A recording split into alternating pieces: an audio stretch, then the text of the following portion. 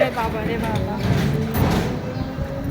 যখন প্রথম মেহেন্দা বাসা দেখতে কেমন ছিল, এখন কি অবস্থা।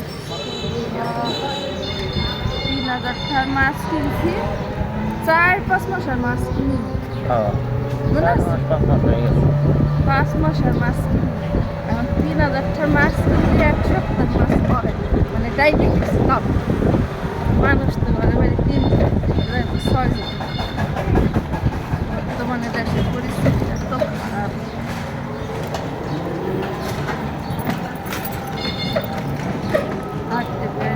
আর এবার দেশে দেখলাম, দেখে শহরে সব গ্রামের মানুষ আরো সবকিছু কিন্তু ভয় পাই, কম ভয় নাই, ভয় নেই। কেমন মাছ নিয়ে কি করবো, এটা লেগে গেল। আমি খালি হেসি না, ওই লোকটা বুঝছে যে আমি কিনলাম, এর লেগে ও ধুম করে দেয় নিয়ে এসে। কিন্তু ওই দিন এসে কিন্তু পরের দিনে কই মাছ কিনে আমরা ভালো দিচ্ছি।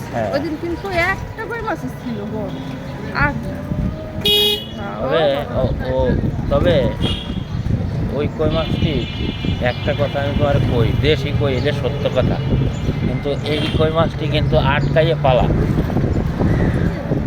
বুঝছো? এটা হলো আটকাইয়ে পালা, মানে ধরো পুকুর আছে না, ধরো পুকুরে যে কই মাছ আছে, অনেক কই মাছ করছে, ওরা কি করছে, ওটা আর করছে আটকাইয়া, জানে যে আমার কই মাছ আছে, বা দেখি কইয়ের বাচ্চাগুলো ছাইড়ে দিয়ে ফিট খাওয়াইয়া বড় করা।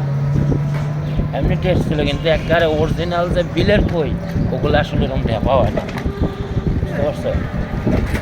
এখন মাছ লাগবে খাইবা, এই জন্য আমি তেমন কিছু করি না। অরিজিনাল দেশি কই হয় আরও মানে স্লিম মূলত বাজারে খাই দেখাবা।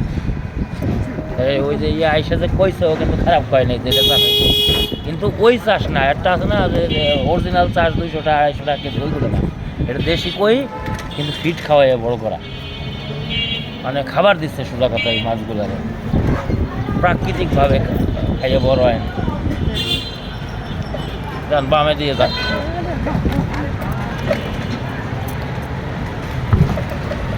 কত টাকার মালিক রে বাবা রে বাবা।